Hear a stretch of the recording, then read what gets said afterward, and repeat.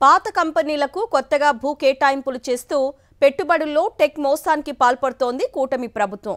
విలువైన భూములను అప్పనంగా తమకు కావాల్సిన వారికి కట్టబెడుతోంది.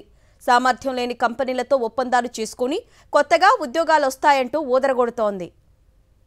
ఊరు పేరు లేని వర్సా కంపెనీకి విశాఖలో అడ్డగోలుగా భూములు పంచిపెడదామనుకున్న వ్యవహారంలో ఆధారాలతో సహా అడ్డంగా దొరికిపోయిన చంద్రబాబు ప్రభుత్వం ఇప్పుడు కొత్త పందాలో వెడుతోంది.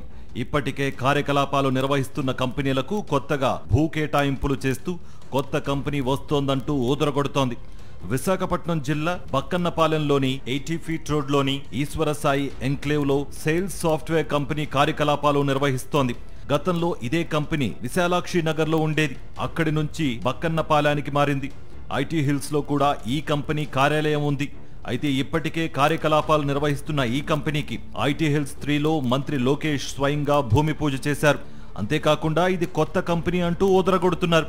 శ్రీ తమ్మిన సొల్యూషన్స్ పేరుతో విశాఖ శంకరమఠం రోడ్లో కార్యకలాపాలు నిర్వహిస్తున్న టెక్ తమ్మిన సొల్యూషన్స్ ది కూడా ఇదే కథ.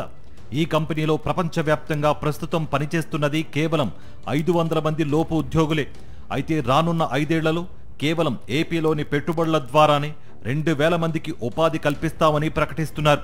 2005లో ఏర్పడిన ఈ కంపెనీ 2 దశాబ్దాలుగా కల్పించిన ఉద్యోగాల కంటే 4 రెట్ల ఉద్యోగాలు కల్పిస్తామంటూ కల్లబొల్లి మాటలు చెబుతున్నారు. ఈ కంపెనీకి ఇప్పుడు ఐటీ హిల్స్ 2లో భూమిని కేటాయించడమే కాకుండా భారీగా ఉపాధి లభిస్తోందంటూ లోకేష్ ఓదరగొట్టే ప్రయత్నం చేశారు. ఇప్పటికే ఉన్న కొన్ని కంపెనీలకు విలువైన భూములను తక్కువ ధరకు అప్పగించేందుకు ఈ నాటకాలను తెరమీదకు తెచ్చారనే విమర్శలు కూడా వ్యక్తమవుతున్నాయి. ఒకవైపు 99 పైసలకే ఎకరా భూమి అంటూ వైజాగ్లోని విలువైన భూములను ప్రైవేట్ కంపెనీలకు అప్పనంగా కట్టబెడుతున్న బాబు సర్కారు పెద్దగా ఉపాధి కల్పించని కంపెనీలకు కూడా భారీగా భూ సంతర్పణ చేస్తోంది. అప్పనంగా భూములు అప్పగించడానికి విశాఖలో భారీగా ఐటీ కంపెనీలు వస్తున్నాయంటూ ప్రచారం చేసుకునేందుకే వీలుగా ఈ వ్యవహారాలు సాగిస్తున్నారనే విమర్శలు వినిపిస్తున్నాయి.